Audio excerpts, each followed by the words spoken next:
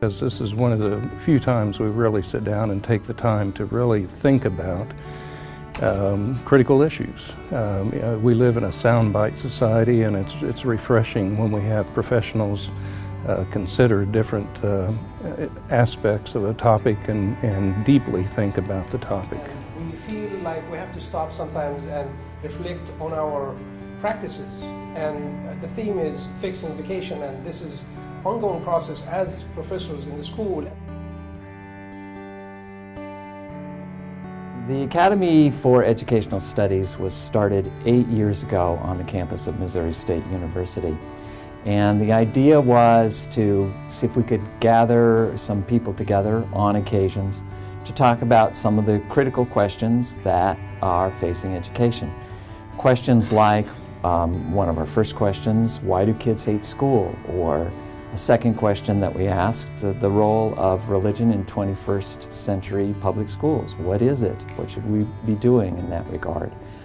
Questions about higher education. Has it lost its soul? Questions about technology that we asked last year in Kansas City. And this year's question about fixing our public schools. Why are we doing it? Who's asking us to do it? And are we doing it the right way? Are we moving forward, or are we getting ourselves more confused? But that's exactly what politicians and researchers are doing when they try to tell us that schools can be judged on the basis of scores on standardized tests. Those scores, if they're consistently bad, can tell us that something is wrong. But we don't know what it is. The teaching could be rotten, which is everybody's assumption these days.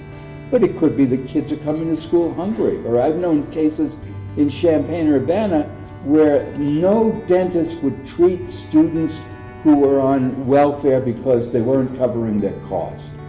So imagine kids coming to school with teeth that are hurting and then taking a standardized test. It tries to invite people from different perspectives. You get philosophical perspectives, technical and research perspectives, and then they're all sort of on the ground floor together. We're willing to ask simple questions, not have to talk in any jargon specific to any one of the subfields, and get back down to what should we really be doing with education, how can we make it better, and confront questions like maybe there are ways in which it can't be done. And so it's a big questions kind of conference that draws from a variety of different people. We've got the superintendents, we have teachers themselves, you've got students coming from the schools to be here, and then your professoriate from various directions, a lot of foundations folks, but so it's just a good mix of people.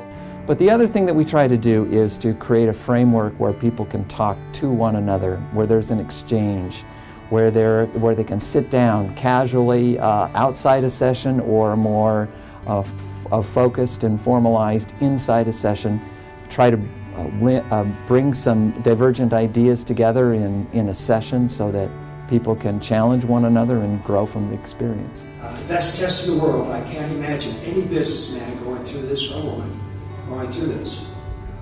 25 kids in your room, controlling, managing the 25 children, managing their learning, and within, doing that within 9 months. And I can't imagine any businessman going into that environment doing a good job without very good training and also nice passion and love of children. And so to me, the test is right there. And so usually, to be honest with you, if you do real good traction and you stay the research, we lose a lot of our teachers before tenure.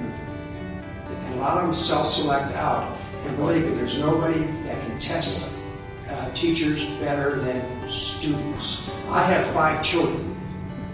I can't understand it. I survived 5 children.